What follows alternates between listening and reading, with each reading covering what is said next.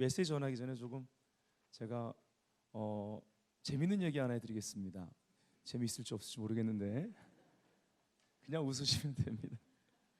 분위기 뭐 우리가 만드는 거니까요. 근데 저는 재밌었거든요. 어떤 목사님이 말을 이제 사서 말을 조련하면서 말한테, 목사님이니까 할렐루야 하면 말이 달리게 하고 아멘 하면 멈추게 훈련을 시켰습니다. 그래서 이 말이 오랜 시간 이제 훈련을 잘 받아서 할렐루야 그러면 막 달려요. 아멘 그러면 딱 멈춰요. 근데 어느 날 이 말이 어떤 이상이 있는지, 뭔가 문제가 있는지 할렐루야 하고 막 신나게 달리다가 아멘을 했는데 멈추질 않습니다. 그래가지고 이 말이 벼랑 끝으로 가고 있는 거예요.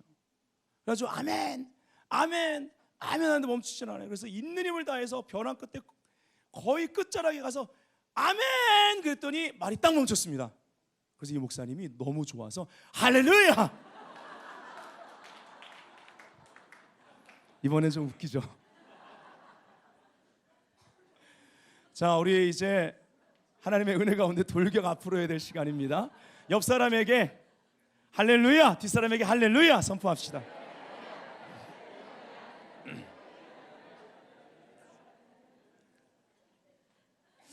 오늘 이제 회개에 대한 메시지를 준비하면서 사실은 회개에 대한 영적 원리 한 5가지를 다루는데 마지막 결론이면서 5번째를 제목으로 삼아봤습니다. 작은 어둠을 사랑하여 크신 회개의 선물을 거부하는 사람들. 우리가 회개의 메시지를 들을 때 우리 가운데 계속 떠올려야 될 단어가 있다면, 즉 이 단어에 대한 관점이 바뀌어야 되고 이 단어에 대한 성령께서 조명해 주시는 계시를 받아야 되는데, grace 바로 은혜입니다. 은혜에 대한 관점이 없이 우리가 회개를 볼 수가 없습니다. 다시 말하면 회개는 하나님이 은혜로 주시는 선물입니다. 회개하려고 해서 되는 거 아닙니다. 물론 하려고 해야만 합니다. 제가 신학교 다닐 때 신학교에서 기도한다라는 우리 학생들 같이 친구들과 함께 기도원을 다니면서 목적이 하나였습니다. 한 가지 목적. 우리가 회개가 제대로 터져야지 주의 종의 그러한 길을 갈 수 있어. 그래가지고 오직 한 가지 기도 제목, 뭐 다른 문제 막 많았는데도 그거 아니라 오직 회개가 제대로 터져서 하나님 만나도록 기도원에 한 3개월을 매일같이 작정하고 다닌 적이 있습니다. 이 회개가 제가 무엇을 말씀드리려고 하냐면, 회개하려고 애써야 됩니다. 그러나 회개가, 진정한 회개는요, 우리가 하려고 해서 되는 것이 아니라, 제가 회개만을 위해서 3개월을 매일같이 기도원을 가고 다음날 거기서 학교에 갔어요. 그렇게 다니다 보니까 회개가 내 마음대로 되는 게 아닙니다. 하나님이 우리의 깊은 곳을 터치하시고요, 하나님의 크신 은혜가, 즉 자비에 대해서 깨달아지고 은혜가 무엇인지를 은혜의 하나님 앞에서 깨닫게 돼야, 그분이 성령이 이것을 열어주셔야지 우리 안에 진짜 하나님의 사랑과 은혜와 자비에 반응해서 회개가 터지기 시작한다는 것입니다. 즉 회개하지 못하는 사람, 이 회개의 크신 선물을 거부하는 사람은 사실 은혜를 알지 못하는 사람, 은혜 안에서 오래 은혜 가운데 머물지 못한 시간이 꽤 길게 되어서 이미 강팍해진 사람들이라 할 수 있습니다. 저는 오늘 메시지를 전하면서 베델교회 어떠한 성도도 이러한 강팍함, 이렇게 심령이 굳을 정도까지 있어서는 안 된다라는 것이죠. 베델교회는 모든 셀 리더분들과 모든 성도들이요, 어떠한 성도들이랄지라도 마음이 이렇게까지 은혜를 받지 못할 정도까지 강팍해지도록 영혼을 방치하거나 그냥 두어서는 안 된다라는 것입니다. 아멘. 시편 23편 3절에 내 영혼을 소생시키시고 자기 이름을 위하여 의의 길로 인도하시는도다. 여기 의의 길이란 단어가 제가 새가족반 마지막 과정에도 말씀드리듯이 마갈이라는 의미라고 말씀드렸죠. 히브리 말로 마갈입니다. 바로 이 순회하는 길, 원형으로 된 길을 말합니다. 우리에겐 순례자의 길, 제자로서 주님을 따라가는 길이고, 또 이것은 모아딤이라는 여호와의 절기의 사이클을 여기서 찾아볼 수도 있습니다. 어쨌든 하나님의 시간, 하나님의 때에 당신의 이름을 위하여 당신의 목적 가운데 우리를 인도하시는 목자 되시는 분이 우리의 영혼을 소생시키다. 여기 소생시키다라는 단어가 히브리 말로 슈브입니다. 우리가 나팔절부터 이제 이번 주 수요일 대속제일까지 10일을 경외의 날들로 회개하면서 매일마다 찬양과 기도로 나아가 연합하고 있습니다. 그러면서 하나님의 은혜가 그 임재가 얼마나 계속 깊어지고 강화되고 우리의 마음을 터치하는지 알 수 없습니다. 그래서 이 귀한 은혜 가운데 들어가고 있는데 이 시간대가 바로 슈브하는 시간입니다. 주님께 돌아가는 시간. 여기 소생시키다는 단어로 썼지만 사실 이 슈브란 단어는요, 돌아가다라는 의미가 있습니다. 우리가 주님께 돌아가면 우리가 소생케 되는, 부흥케 되는 역사가, 생명을 얻는 역사가 있기에 생명의 새로운 사이클로 우리가 들어가려면 회개의 삶, 슈브의 삶을 살아야 된다는 것입니다. 바로 이 나팔절부터 대속제일까지 사이에 있는 샤밧을 샤밧 슈브라고 부른다고 금요일날 제가 설명해 드렸습니다. 히브리 말에는요, 회개란 단어가 없습니다. 회개란 단어가 아니라 슈브란 단어를 씁니다. 히브리인들은 그냥 회개라는 단어를 추상적으로 그냥 회개 이렇게 받아들이는 게 아니고 그들에게 회개는 슈브, 돌이키는 것, 하나님께 돌아가는 것을 의미합니다. 원래 있어야 될 자리로 돌아가 방향을 바꾸는 것을 의미하죠. 그래서 구약의 그 많은 예언서의 예언자들의 핵심 메시지는 한 가지입니다. 돌아와라, return, 돌이키라는 것입니다. 예수님이 탕자의 비유를 통해서 말씀하신 것은 바로 coming home, 집으로, 아버지의 집으로 돌아가는 것이 회개라는 것을, 그 본질을 강조해서 비유로 말씀하신 것이죠. 이 회개란 단어와 관련해서 슈브란 단어를 쓰는데 또 성경에 우리가 하나님께 돌아간다, 이거는 하나님의 임재 가운데로 돌아가는 건데 히브리 말에 또 임재란 단어가 없습니다. 여러분이 구약 성경을 봐도 임재에 해당하는 단어가 임재라는 히브리 말이 아니고요, 바로 파니임이라는 단어를 씁니다. 파니임이라는 단어는 면전, 존전 앞이란 뜻입니다. 즉 하나님의 얼굴 앞에 서는 것이 바로 우리가 임재에 들어갔다라는 의미입니다. 그래서 회개란 단어를 생각할 때 우리가 반드시 슈브, 이 단어와 함께 생각해야 될 것은 하나님의 얼굴을 구하는 자. 회개는 그래서 금욕주의로 되는 것이 아닙니다. 도움은 될 수 있습니다. 금욕적으로 사는 것은 하나님의 얼굴 앞에 서기 위한 방편에 불과합니다. 그래서 중요한 거죠. 그래서 경건 생활이 중요합니다. 경건의 모양은 있는데 경건의 능력이 없다라는 것은 그 바리새인들과 종교적인 사람들이 그러한 말들, 경건한 모습은 있었지만 그들의 마음이 주님께 슈브되지 않았다. 즉 파니임, 그분의 얼굴 앞에 실질적으로 그 얼굴빛 가운데 행하지 않았다. 그들이 어둠을 더 사랑해서 빛 가운데, 얼굴빛 가운데 들어가지 않았다. 그들의 심령은 어둠이 그대로 있어 회칠한 무덤과 같았다라는 말입니다. 임재로 돌이키는 슈브가 베델교회 이 뉴시즌 가운데 역사될 것을 주 예수님은 선포합니다. 슈브의 은혜를 주님 베풀어 주옵소서. 우리가 매일 접하는 뉴스, 이제는 너무나 그런 일들이 많다 보니까 전에는 야, 이건 있을 수 없는 일이야, 어떻게 이런 일이 벌어졌지, 이거 이제 하루 이틀이죠. 매일마다, 매주마다, 매해마다 터지는 뉴스들이 정말 말로 할 수 없는 악한 소식들 뿐이고 어떻게 보면 이거에 대해서 우리가 불감증이 걸리고 있을지 모르겠습니다. 우리가 뉴스만 봐도 알 수 있는 건 이 세상은 이미 죄로 말미암아 마귀의 공격을 받고 있다라는 것을 알 수 있습니다. 이제는 영적 전투가 이전보다 훨씬 더 실질적이고 강도가 피부에 와닿을 정도로 높아지고 있다라는 것이죠. 세상은 갈수록 악하고 어두워져 가고 있는데 여기서 우리가 굉장히 안타까워야 될 것은 이러한 어두운 세상 가운데 빛으로 부름받은 교회, 빛의 자녀라고, 예수 그리스도 안에서 빛의 자녀라고 분명한 정체성을 주신 그 성도들의 존재감을 찾아보기가 굉장히 어렵다라는 것입니다.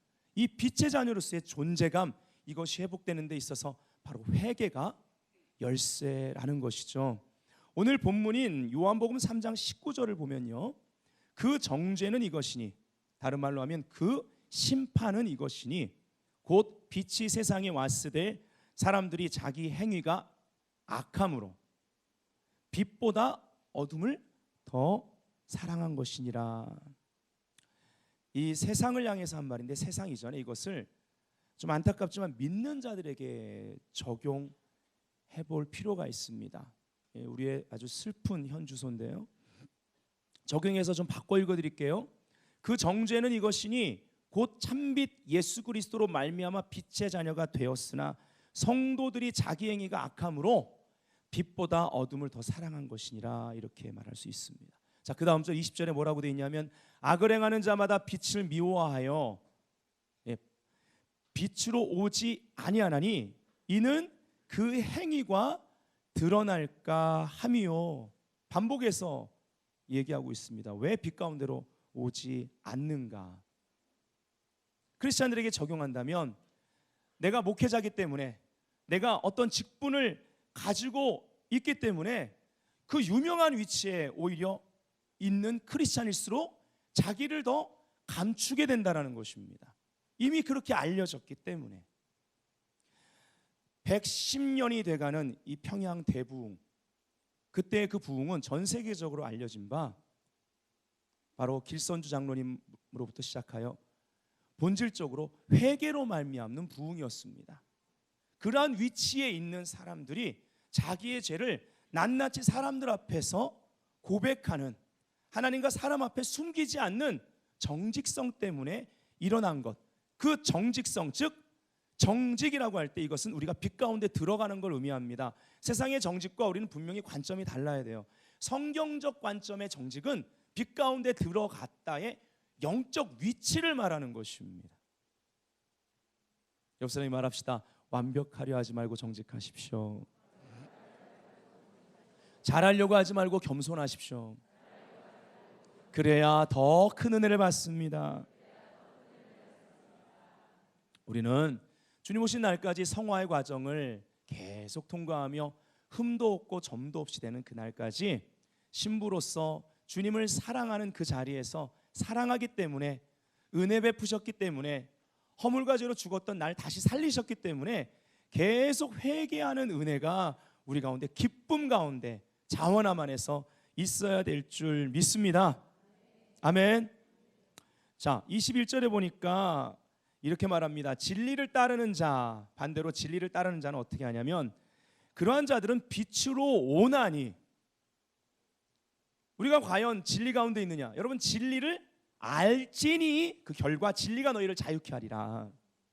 그러면 우리가 정말 자유케 되려면, 이 자유케 되지 못했기 때문에 무언가 감금 상태에 있고 맨날 상처받고 영적 공격에 휘말리기 때문에 우리가 그렇게 많이 기도 제목들이 생기는 건데, 자유해버리면, 자유가 임해버리면 많은 기도 제목들이 줄고 그 기도 제목을 주님을 위해 사는 기도 제목으로 정확한 목적 가운데 바뀌게 되어 있습니다. 근데 진리를 알아야, 진리와 인카운터해야 자유케 된다. 근데 여기 보니까 진리를 따르는 자는, 진리를 아는 자는 빛을 따라간다. 빛 가운데 행한다고 분명히 말하죠. 이는 그 행위가 하나님 안에서 행한 것임을 나타내려 함이라. 베드로가 말한 대로 아름다운 덕을 선전하는 자라는 것이죠. 왕 같은 제사장은 이렇게 사는 것입니다. 진리가 회복돼야만 되는 시대에 살고 있습니다. 또 내년이 종교개혁 500주년입니다. 여기 핵심이 뭘까요? 종교개혁 500주년의 핵심은 썩어 있는 그러한 교회를 개혁했던 마틴 루터를 도왔던 그 염원을 가지고 기도했던 그러한 자들이 오직 은혜, 오직 믿음, 오직 말씀이라는 이 세 가지 가장 중요한 본질을 가지고 실질적으로 이 세상에 그 정부와 그리고 그 정말 건재한 성 같았고 누구도 흔들 수 없다고 생각했던 그 가톨릭의 그러한 제도 앞에서 그들이 당당히 맞서 진리를 회복했기 때문에 이루어진 바로 개혁이었다라는 것, 이것을 우리가 분명히 알 수 있어야만 한다는 것입니다. 사실 우리가 많은 부분 죄임에도 죄가 아니라고 생각하는 불감증이 있을 때가 있다라는 것이죠. 계속 제가 강조하는 자기 기만 때문입니다. 속이는 영인데 스스로를 속이었다라는 것이죠. 이것은 교만이 뿌리입니다. 그리고 여기에는 이기심이 숨어 있습니다. 그리고는 다른 종교로 회개를 대신해 버립니다. 종교 활동으로 여러 가지 봉사, 섬김, 헌금 생활, 이거 하지 말라는 건 아니지만 회개를 대신해선 안 됩니다. 이걸로 덮어버려서는 안 됩니다. 그리고 교회를 오래 다녔고 평안한 삶을 살았다고 합시다. 그러나 알아야 할 것은 성경은 그 상태 자체가 심판 아래 있는 것이다. 왜요? 우리 가운데 어둠이 그대로 존재하기 때문입니다. 요한복음 3장 18절에 보면 그를 믿는 자는 심판을 받지 아니하는 것이요 믿지 아니하는 자는 하나님의 독생자의 이름을 믿지 아니하므로 벌써 심판을 받은 것이다 라고 말하고 나서 오늘 본문인 19절에 바로 그 안에 어둠을 빛보다 더 사랑하는 마음이 있다고 지적하는 것을 볼 수가 있습니다. 자, 회개에 관련해서 5가지 중요한 원리를 말하고자 합니다. 자, 여기 지금 슈보에 대해서 나온 거 있고요. 그 다음에 첫 번째, 빛의 자녀로서의 정체성을 회복하라입니다.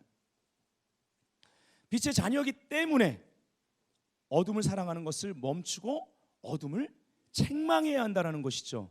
그래서 빛 가운데 어둠이 책망받고 떠나도록 해야만 합니다. 우리가 그것을 이기거나 쫓아낼 능력이 없습니다. 전무예요. 그래서 예수님이, 빛이신 예수님이 이 땅에 오셔서 십자가에서 우리 죄를 대신 감당하고 죽으신 것입니다. 아멘. 예수님이 십자가에서 죽으실 때 온 땅에 어둠이 가득했다. 그리고 그분이 부활하실 때 부활의 생명을 가진 자들은 모든 어둠을 물리칠 수 있는 빛이, 생명의 빛이 우리 안에 은혜로 말미암아 와 있다라는 것입니다. 그래서 우리 자신 안에 있는 어둠이 드러나도록 빛 가운데 우리가 한 걸음 더 나아갈 수 있어야 되죠. 이것에 대해 바울은 에베소 5장 8절부터 13절에 말합니다. 너희가 전에는 어둠이더니 이제는 주 안에서 빛이라. 아멘. 빛의 자녀들처럼 행하라. 빛의 열매는 모든 착함과 의로움과 진실함에 있으니 그리고 너희는 열매 없는 어둠의 일에 참여하지 말고 도리어 책망하라고 합니다. 책망을 해야만 합니다. 우리의 말과 그리고 우리의 행동을 통해 책망받아야만 합니다. 어둠은 반대 정신이 필요합니다. 그들이 은밀히 행하는 것들은 말하기도 부끄러운 것들이라 그러나 책망을 받는 모든 것은 빛으로 말미암아 드러나나니 드러나는 것마다 빛이니라. 아멘. 하나님은 이 세상의 어둠을 심판하기 전에 우리가 분명히 알아야 될 것이 먼저 하나님의 집인 교회를 그리고 성도들 안에 있는 어두움을 먼저 심판하실 것입니다. 먼저 다루실 것입니다. 왜요? 등대로 부름받았기 때문에 세상의 빛을 비춰야 되기 때문에 그렇습니다. 현대교회는 너무 사랑만 강조하다 보니까 사랑의 하나님만 강조하다 보니 교회가 정말 성경에서 말하는 성경적 사랑, 참사랑이 아닌 모조품과 같은 짝퉁 사랑이 널려 있습니다. 메시지 가운데 짝퉁 사랑을 전할 때가 나타나는 것입니다. 그러나 우리가 분명히 알아야 될 것은 사랑은요 의로 말미암아 예수 그리스도의 의로 말미암아 진정한 사랑이 되고 그 사랑이 효과를 나타냅니다. 괜찮아가 다가 아니라는 것이죠. 사랑에는 혼합이 없습니다. 혼합이 섞여 있다면 그건 진짜 사랑이 아니에요. 이걸 분명히 해야만 합니다. 이걸 분명히 할 수 있어야 돼요. 이거는 환경이나 사람이나 그 무엇도 따라가서는 안 됩니다. 사랑에는 혼합이 없습니다. 그래서 사랑이 가장 큰 은사고 제일 좋은 길입니다. 부부관계 가운데 예를 들어봅시다. 부부관계 가운데 죄가 들어와요. 여러 가지 음란도 여기에 들어가겠죠. 그럼 의가 깨집니다. 아무리 아름다운 그러한 사랑의 모습으로 포장한다 할지라도 이 사랑은 더럽고 추한 사랑이 됩니다.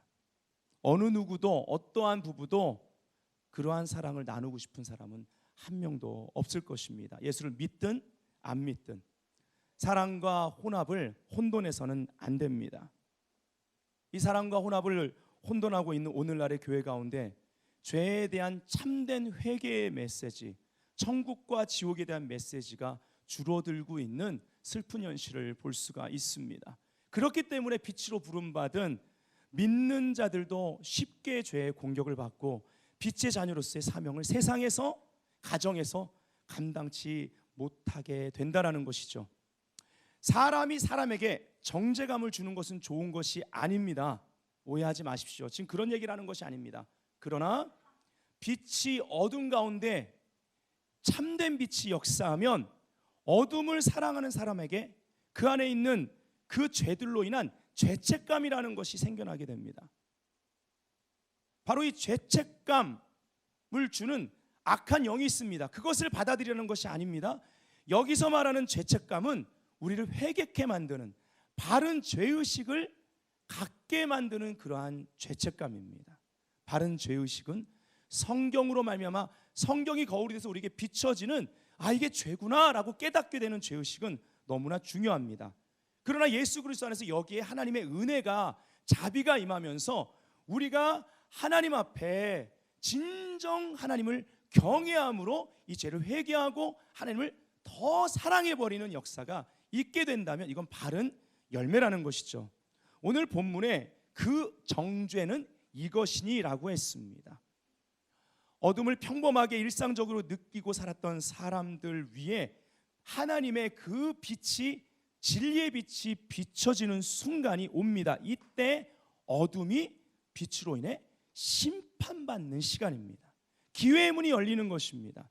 그래서 죄 가운데 있는 사람들은 그때 죄책감이라는 것이 생기게 되는데 바른 위기감이 나타나서 회개할 수 있는 은혜를 붙잡게 된다는 것이죠. 시편 32편 밧세바를 범한 다윗이 정말 그의 모든 몸에 진액이 빠질 정도로, 사경을 헤맬 정도로 회개하는 가운데 이런 말을 했습니다. 이런 깨달음이 은혜로 왔다는 것이죠. 무릇 경건한 자는 기회를 타서 주께 기도할지라. 진정한 경건은 하나님의 은혜를 볼 줄 안다는 것입니다. 하나님의 얼굴빛 가운데로 나아갈 수 있다는 것입니다. 구약 한복판에서도 다윗은 이걸 깨닫고 은혜 가운데 기도했던 걸 볼 수 있습니다. 이것이 바른 위기감으로 말미암아 우리 가운데 주어지는 은혜입니다. 여러분, 헤롯과 세례 요한의 이야기를 잘 아실 것입니다. 마가복음 6장 20절에 보면요, 그의 말을 들을 때, 여기 그는 세례 요한입니다. 그의 말을 들을 때에 크게 번민을 하면서도 헤롯이요 달갑게 들음이라. 헤롯은 약간의 죄책감을 여기서 가지게 되었다라는 것입니다. 그리고 무언가 위기감을 느끼게 됩니다. 두려웠다라는 것이죠. 그러나 결정적으로 빛이 주어지려고 할 때 그 빛으로 나아가는 것은 거부했던 것이 헤롯이었습니다. 그만큼 마음이 굳어 있었다라는 것이죠. 그리고 결론적으로 세례 요한이 죽습니다. 그리고 예수 그리스도의, 이후에 예수 그리스도의 소문을 듣게 됩니다. 그 예수 그리스도 소문을 듣는 장면을 보면 그때도 또 위기감을 느낍니다. 바로 다시 빛이 임하고 있었다라는 것이죠. 하나님의 은혜의 관점으로 우리가 보기 원합니다. 하나님의 헤롯을 무조건 버린 것이 아니라는 것이죠. 그런데 그 빛이 들어오려고 하는 그 시간에 또 받아들일 수가 없었습니다. 그의 마음 상태가. 그러니까 우리의 평상시에 우리의 마음을 부드럽게 하는 것이 이렇게 중요합니다. 이러한 위기는요, 하나님의 헤롯에게 주는 선택할 수 있는 기회를, 어떤 존재로 앞으로 살 것인가 선택할 수 있는 기회를 주는 은혜로 우리가 볼 수 있다라는 것이죠. 바로 이러한 기회가 회개의 문을 엽니다. 이 문을 열기만 하면 빛이 들어와 어둠이 떠나기 시작하는 거예요. 하나님은 좋으신 하나님, 선하신 하나님입니다. 이 악한 사악한 헤롯에게도 최고의 회개를 촉구하는 세례 요한과 또 참 빛 되시는 이 세상에 오신 예수 그리스도를 통해서 회개할 기회를 두 번이나 그 시대 가운데 주셨다라는 것이죠. 그러나 결국 그럼에도 불구하고 어둠을 선택할 정도로, 즉 어둠을 더 사랑했기 때문에 빛을 선택하지 않고 그는 그냥 어둠으로 들어갑니다. 그래서 어둠의 사람으로 우리에게 알려져 있습니다. 죄의 사람. 그 정도로 마음이 강팍했던 인물이었습니다. 여기서 우리가 야, 뭐 헤롯은 당연히 회개 안 하지 이렇게 그냥 맨날 성경을 봤기 때문에 그의 사악함을 알기 때문에 이루고 넘어가선 안 되는 것입니다. 헤롯같이 사악한 사람도 회개하면 받아주시는 은혜가 하나님의 은혜라는 것이죠. 아멘. 우리가 이렇게 생각하기보다는 어떠한 관점이 필요하냐면 우리가 지금 회개하고 회심하고 예수를 믿고 있다라는 것, 오늘도 회개가 된다라는 것, 지금도 회개할 수 있다라는 그러한 나의 삶, 그리고 내 중심이 그 정도 주님의 은혜에 반응할 수 있다라는 것, 이게 얼마나 큰 은혜인지를 깨달아 감사함으로 그 문에 그 임재의 문에 판이 임에 슈브하며 들어가자라는 것입니다. 아멘. 그래서 두 번째, 진정한 회개는 하나님이 주시는 크신 선물입니다. 자, 예를 좀 듭니다. 다윗하고 우리가 사울을 봐야 되겠습니다. 다윗의 이야기 잘 아시죠? 밧세바를 범했습니다. 왕이. 그리고 임신시켰습니다. 이거 은폐하려고 여러분 아시는 대로 남편 되는 우리야 전쟁터에서 충성스럽게 싸우고 있는 그를 불러내서 동침시키려고 그랬습니다. 근데 끝까지 안 하죠. 끝까지 안 합니다. 하나님의 영광을 상징하는 법궤도 전쟁터에 있고 나의 전우들도 그곳에 있는데 나의 상관들도 그곳에 싸우고 있는데 내가 여기서 어떻게 내 아내와 희희낙낙하며 즐거움을 가질 수 있겠습니까? 동침을 안 합니다. 결국은 요압에게 지시해서 간접적인 살인, 죽인 것입니다. 전쟁터에서 죽을 수밖에 없는 환경 가운데 몰아 죽였습니다. 근데 여러분 사울 약한 왕이죠. 그러나 사울의 삶 가운데 다윗식으로 요딴식으로 사울이 살진 않았다라는 거예요. 그렇게 부하 죽이거나 그렇게 다른 아내를 탐하고 은폐하기 위해서 그런 짓을 하지는 않았습니다. 차이가 뭘까요? 회개입니다. 다윗은 회개했고 사울은 회개하지 않았다라는 것입니다. 자, 우리가 베드로와 가룟 유다를 비교해 봅시다. 베드로 3번 부인했습니다. 가룟 유다 1번 배반했습니다. 그런데 가룟 유다는 후회에 그쳤고 그래서 그 회개할 수 있는 기회를 스스로 완전히 자결해서 자살해서 끊어버렸습니다. 그때 자살하지 않았으면 가룟 유다에게도 회개할 기회가 있지 않았을까요? 그렇죠? 혹시 알아요? 베드로가 자기 3번 부인했는데 예수님이 오셔가지고 부활하시고 오셔가지고 3번 나한테 질문하면서 그때 내가 너무너무 그 부분에 대해서 마음이 아팠고 3번 꼭 집어 나한테 질문하시는데 그리고 나서 내가 얼마나 회개했는지 몰라. 그리고 성령이 오셨어. 너도 하나님이 다시 사용하실 수 있어. 이랬을지 어떻게 아냐고요. 예.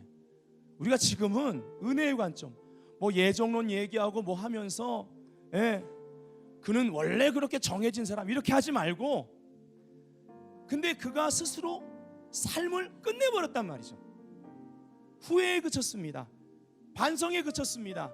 그런데 베드로는요 회개했거든요. 이 차이가 무엇입니까? 이 차이에 초점을 알아야만 합니다. 죄의 성질에 우리가 이것을 두지 말고 오히려 죄 지은 다음에 어떻게 했느냐에 초점을 둘 수 있어야만 합니다. 회개가 이렇게 큰 하나님의 선물입니다. 우리 인생에 엄청난 차이, 갈림길을 만들어 버린다라는 것이죠. 저는 여러분의 삶 가운데, 저와 여러분의 삶 가운데 이러한 반전이 역사되고 큰 갈림길에서 하나님이 허락하신 길로 우리가 슈브하는 역사가 오늘 이 한 번의 메시지를 통해서 베푸시는 은혜로 말미암아 나타나기를 너무나 원합니다.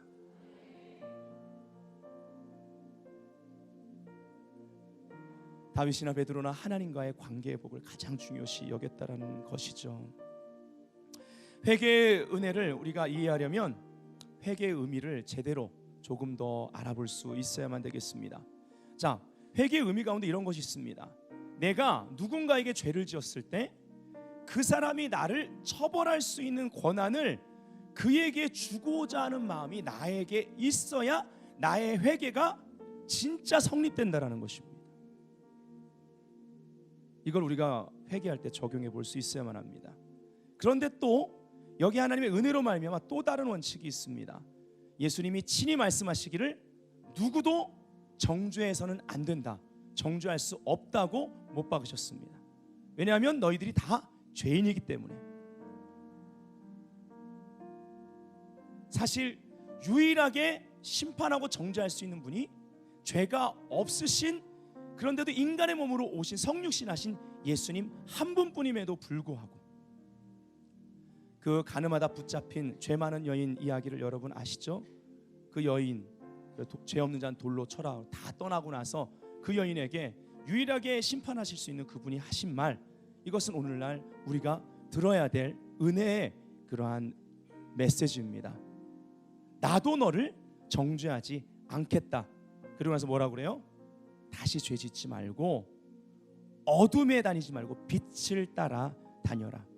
저는 이 여인이요, 제자들 떠나고 도망가고 많은 사람들이 예수님을 떠났을 때 예수님 십자가 지고 골고다 언덕을 갈 때 뒤에서 울면서 따랐던 그 여자들 중에 이 여자 반드시 있을 거라고 생각합니다.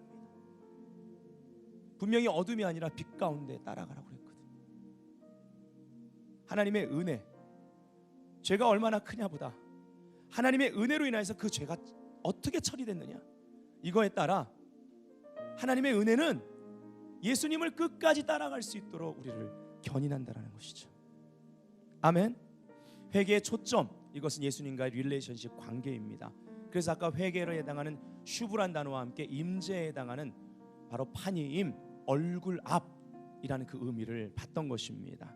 우리가 이렇게 예수님과의 관계가 회개를 통해 회복되면 우리가 빛으로 사명을 감당할 수 있게 되죠. 그래서 세 번째, 믿는 자들은 모든 것을 빛으로 시작할 수 있어야 한다라는 것이죠. 마치 우리가 아침에 싫든 좋든 어떠한 상황이든 간에 어떠한 상태든 눈을 뜨면 태양이 밝아오는 것처럼요. 우리가 아우 은혜 받았습니다 이런 말 많이 쓰죠. 은혜 받았다는 말을 우리가 새롭게 이해할 필요가 있습니다. 은혜 받았어요, 이 말은 빛이 비추이기 시작했어요 라는 말입니다. 내가 마음의 문을 열었기 때문에 빛이 들어오기 시작했어요. 더 정확히 얘기하면 내가 오늘 은혜를 받았어요, 이 말은 내가 빛 가운데 들어가기 시작했어요 라는 말입니다. 그러면 은혜 받았다 했을 때 내 안에 어둠이 떠나기 시작하는 역사가 삶 가운데 여러 가지 말씀의 적용을 통해서 나타나야 된다라는 것이죠. 창세기 1장에 천지창조 때 빛이 있으라 하셨습니다. 빛, 제일 먼저 빛이 있으라. 요한복음 1장에 태초에 말씀이 계시니라 이 말씀이 하나님과 함께 계셨으니 이 말씀은 곧 하나님이시라. 그가 태초에 하나님과 함께 계셨고 만물이 그로 말미암아 지은 바 되었으니 지은 것이 하나도 그가 없이 된 것이 없느니라. 그 안에 생명이 있었으니 이 생명은 사람들의 빛이라. 빛에 대해서 얘기합니다. 요한복음 1장도 빛으로 시작합니다. 요한일서 1장은 어떻습니까? 생명의 말씀을 우리가 봤다, 들었다, 만졌다, 경험했다라고 말한 다음에 제일 먼저 요한일서는 세 가지를 말하죠. 우리가 보통 3L이라고 합니다. Light, Life, Love. 하나님은 빛이고 하나님은 사랑이고 하나님은 생명이다 말할 때 제일 먼저 말하는 것이 하나님은 빛이라, 그 다음에 생명이다, 그 다음에 사랑이다라 말하고 있습니다.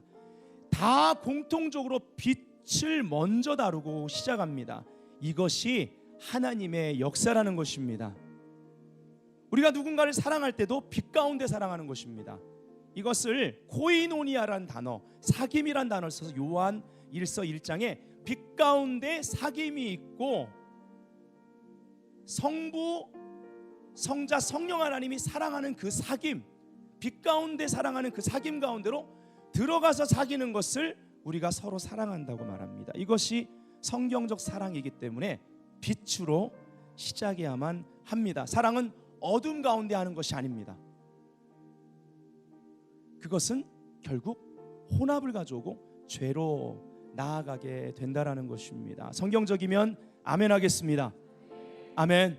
왜일까요? 하나님은 어둠이 조금도 없기 때문입니다. 그래서 그분께 돌이킬 때 빛으로 돌이키기 때문에 어둠이 물러갑니다. 여기에 은혜가 작용해서 믿음이 여기서 시작됩니다. 회개를 통해서 하나님이 우리에게 은혜를 주시면 바로 빛 가운데 서면서 거기서 믿음의 눈이 열리기 시작합니다. 내가 바라보는 것이 아니라 진짜 실상이 뭔지를 보게 됩니다. 내가 붙들고 있는 것이 아니라 진짜 증거가 뭔지 그것을 붙들기 시작한다는 것입니다. 이것이 믿음의 시작입니다.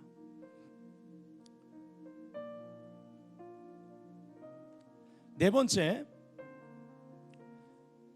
회개를 모르는 성도는 날아본 적이 없는 나비와 같다라는 것입니다.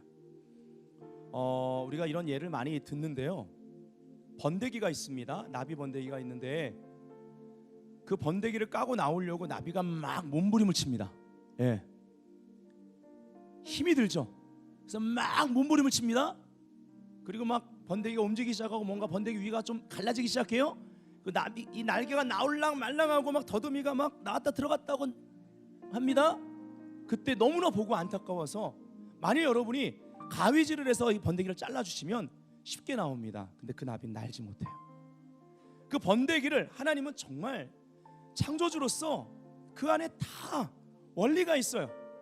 그 힘들게 나오면서 날개의 힘을 이제 가지게 되고 그래서 날게 되는 거예요.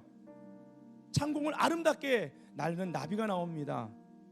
이 말씀을 드리는 것은 회개할 기회를 성도들이 누릴 수 있도록 해줘야지 뭐만 있으면 하나님께 묻지도 않고 가서 무조건 위로하고 무조건 찾아가서 상담해 주는 것이 다 좋은 게 아니라는 것입니다. 단 기도하십시오. 그리고 하나님이 그 영혼을 향해 나를 사용하신다면 기도하다가 기도했기 때문에 하나님의 때에 은혜 안에 들어와 빛 가운데 회개할 수 있도록 나를 하나님이 그러한 메신저로 사용하실 것입니다. 교회가 타협을 통해서 회개 없이 쉽게 신앙생활하도록 환경 마련하고 프로그램 돌리면 어떻게 되겠습니까? 적당히 술 마셔도 되고 담배 펴도 되고 불의한 일 하고 그것에 대해서 가져오는 물질 불의한 재물임에도 불구하고 눈 감아주고 헌금 받고 성경에 나온 대로 하라 하지 말라 정확하게 선 거서 가르치고 상담해주지 않고 그러면 온통 교회는 어떻게 되겠어요? 회개할 줄을 모르기 때문에 회개는요 우리 가운데 가지치게 되는 것도 있고 그리고 어떤 것을 드러내야 되기 때문에 아프기도 하고 손실이 있기 때문에 실질적인 그러한 우리 가운데 무거움을 줄 수도 있어요. 그러나 회개케 하는 근심은 우리에게 필요한 줄 믿습니다. 아멘. 이런 회개의 메시지가 교회 가운데 사라지게 되면 즉 회개의 선물을 받고 누리도록 해주지 못한다면 교회는 온통 날지 못하는 나비들로 가득하게 되고 그래서 세상에 보냄을 받아도 날개짓하며 날아다녀야 되는데 자유하지 못하고 땅을 기어다니니 밟히고 찢겨진 날개를 가지고 다니는 크리스찬들로 세상에 가득해진다라는 것입니다. 얼마나 안타까운 일입니까? 말씀이 기준이 되는 선한 양심이 회복될지어다. 제가 이번에 경외의 날들 매일매일 우리가 집회를 하면서 잠깐 옥하는 목사님의 메시지 가운데 한 1분짜리를 보여드렸잖아요. 한국교회가 얼마나 기도 많이 하냐고요. 부흥회 많이 하냐고요. 교회 얼마나 열심히 나오고 철회하냐고요. 그거 안에서 이 모양 이 꼴이 됐느냐. 옥하는 목사님이 세례요한적으로 선포하시기를 바로 표준을 낮게 잡았기 때문에 그런 것이다. 생각이 안 바뀌고 회개는 생각으로부터 시작되거든요. 반대 정신이 생겨나고 성경 말씀이 내 생각을 주장해야 내 감정과 의지를 첫 복종시키게 되어 있습니다. 표준을 낮게 잡으면 망한다라고 옥하는 목사님 선포하셨죠. 마지막으로 5번째입니다. 오늘 제목이면서 결론인데요. 작은 어둠을 사랑하여 크신 회개의 선물을 거부하지 말라. 작은 죄를 조심해야만 합니다. 왜냐? 작아도 그것이 어둠이기 때문에 그렇습니다. 원수에게 틈을 주게 됩니다. 아가서에는 말하죠. 포도원을 허는 작은 여우를 잡아라. 이것이 가정의 틈을 가지고 들어옵니다. 가정이라는 포도원을 망칩니다. 나의 일터라는 포도원을 망칩니다. 나의 선교지거든요, 일터는요. 그리고 심지어 교회라는 포도원을 망쳐버리는 것이 바로 이 작은 여우라고 아가서 얘기합니다. 제가 예를 하나 드릴게요. 상어 중에 그린란드 상어라는 큰 상어입니다. 최대치로 자라면 6에서 7m까지 자란다고 합니다. 매마다 아주 조금씩 자랍니다. 대신에 굉장히 오래 삽니다. 여러분, 북극의 최강자가 북극곰입니다. 근데 그 먹이 사슬을 깬 녀석이 이 녀석입니다. 그린란드 상어가 북극곰까지도 잡아먹습니다. 그리고 또 하나 깼습니다. 척추동물 중에 가장 오래 사는 동물을 우리는 거북이로 알고 있는데 그린란드 상어가 됐습니다. 이 녀석이 보통 짧게는 270년을 살고요, 길게는 500년 이상 살습니다. 얼마 전에 이 과학자들이 그 암컷이 잡혔는데요, 나이를 측정해 봤습니다. 400년 정도 살았다고 합니다. 그러니까 임진왜란 때 태어난 녀석입니다. 그런데요, 이렇게 오래 살고 등치도 크고 최강자고, 그런데 이 녀석의 눈을 보면요, 시력이 거의 없다고 합니다. 이 눈을 갉아먹는 그러한 작은 기생충이 있어요. 이 그린란드 상어에게만 존재합니다. 상어를 안 보여드렸군요. 자, 바로 이것이 그린란드 상어입니다. 눈이 좀 이상하죠? 예. 자, 기생충을, 이제 눈에 있는 기생충을 보여드릴게요. 저 녀석입니다. 요 상어에게만 저 기생충이 있습니다. 그래서 계속 갉아먹다 보니 그린란드 상어는 어느 정도 살게 되면 거의 시력이 다 없다고 합니다. 자, 또 한 가지 제가 기사 하나를 읽어드립니다. 요 녀석인데요, 세계에서 가장 작은 파리와 작은 개미라는 기사인데요, 핀끝보다 작은 파리가 타이에서 발견됐다. 이 파리는 개미의 기생에 그 머리를 잘라내는 것으로 보이는데, 여기서 흥미로운 질문이 제기된다. 얼마나 작아야 기생자의 공격을 피할 수 있을까? 브라이언 브라운 미국 로스앤젤레스 카운티 자연사 박물관 박사는 미국 곤충학회보에 최근호에 실린 논문에서 신종파리 유립 라테아 나나크니 할리, 저 녀석이 이렇게 이름이 길어요, 이것을 발견했다고 밝혔다. 벼룩 파리과에 속하는 이 파리의 길이는 0.4mm, 보통 지파리의 15분의 1, 핀끝의 절반에도 못 미치는 초소형이다.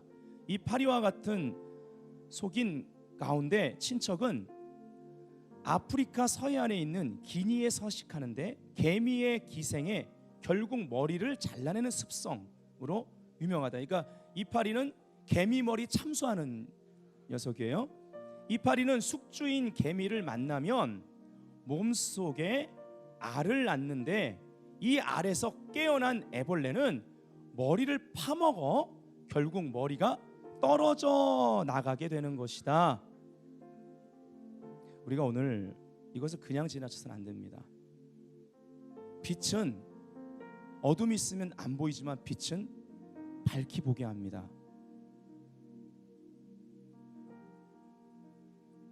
우리의 시력이 어느 정도인지를 봐야 돼요. 신앙생활 오래 했는데 시력은 더 어두워지는 목회자, 성도들 얼마든지 교회에 존재합니다. 소경이 어떻게 소경을 인도할 수 있겠습니까? 예수님 당시에 바리새인들을 향한 그 무서운 경고는 오늘날 우리가 기꺼이 받아들여서 나는 아니겠지 하지 말고, 그거의 어떤 부분 작은 거라도 내 안에 있으면, 그 어둠을 내가 사랑하는 거 있으면 종교적으로 그것을 회칠한 무덤처럼 포장하지 말고 다 드러내 정직하게 회개의 은혜를 누리는 그러한 백성이 돼야만 합니다. 그러한 교회가 돼야 등대 역할을 할 수 있다라는 것이죠. 뿐만 아니라 어떤 면에서 교회가 그리스도의 몸인데 이 작은 어둠이 들어와서 기생함으로 결국은 이걸 처리하지 못해, 회개의 은혜를 얻지 못해, 회개하지 않아서 마음은 굳어지고 교회 안에 판단은 무성하고 서로 분리가 일어나고 교단과 교단, 교회와 교회가 맨날 싸우고, 그런 가운데 몸된 교회가 머리이신 그리스도와 떨어져 나갈 수도 있더라. 떨어져 나간 모습처럼 살게 되고 빛의 자녀로서 등대로서의 소명을 감당하지 못할 때가 있다라는 것입니다. 참된 죄의식 가운데 바른 위기를 느낄 수 있어 우리가 그 빛 가운데 이 빛이 우리에게 생명이 되고 정말 세상에 우리가 나눌 수 있는 사랑으로 우리 가운데 임해야 된다라는 것이죠. 예수님이 사역을 시작하시면서 말씀을 전하실 때 사람들이 모여들었습니다. 그때 제일 먼저 예수님이 하신 음성, 이것이 오늘 또 우리가 이 뉴 시즌에 들어야 될 음성인 줄 믿습니다. 어떤 음성인지 여러분 기대하고 보셔야만 합니다. 나 저거 다 알고 있어가 아닙니다. 오늘 생명으로 받으십시오. 이 말씀의 빛이 우리에게 비춰질지어다. 바로 이 말씀입니다. 이르시되 때가 찼고 하나님의 나라가 가까이 왔으니 회개하고 복음을 믿으라 하시더라. 이것이 바로 오늘 우리에게 주시는 메시지인 줄 믿습니다. 우리 통해 세상에 선포되어지고 표현되어져야 될 메시지인 줄 믿습니다. 회개입니다. 회개하고 복음을 믿으라. 이걸 통해 하나님 나라가 우리의 삶의 주변에 임하게 되어 있다라는 것입니다. 바울은 세월을 아끼고 지혜로운 자가 되라고 말했습니다. 여러분에게 권합니다. 이미 하고 계신 분들 계시겠지만 잠언서는요 31장까지 있습니다. 매일 한 챕터씩 읽으면서 잠언서의 지혜는 예수님 자신을 가리키죠. 지혜이신 예수님의 지도를 받으십시오. 잠언서는 우리로 하여금 지혜에 대해 얘기하지 많은 부분 우리에게 회개를 촉구하는 걸 볼 수가 있습니다. 지혜는 외칩니다. 거기 잠언서의 지혜가 외친다라고 하죠. 어떤 날은 29일이고 어떤 달은 30일인데 이렇게 하지 마시고 알아서 읽으시고 매일같이 잠언을 읽어나가면서 지혜의 외침을 들으십시오. 바른 길로 인도하고 바른 축복이 무엇인지 알려주는 외침을 들으십시오. 그리고 그 바른 길, 바른 축복을 원한다면 돌이켜서 회개하라 라고 하는 그 지혜의 외침에 우리가 반응해야 되겠습니다. 지혜가 외치고 있습니다. 회개를 거부하는 것은 바른 축복을 주는 지혜를, 즉 예수 그리스도의 은혜를 거부하는 것이다 라는 그 외침이 들려오고 있다라는 것입니다. 이 시간에 우리가 기도하기 원하는 것은 이 회개의 은혜, 큰 선물은 받는 것입니다. 노력하지 말고 오늘 우리가 받읍시다. 아멘. 이 회개의 은혜를 베델교회 가운데 허락하여 주옵소서. 베델교회가 날아본 적이 없는 그러한 나비와 같은 성도들로 가득 차길 원치 않습니다. 작은 어둠이라도 타협하지 말고 크신 회개의 선물을 받아 누리는 성도들이 될지어다.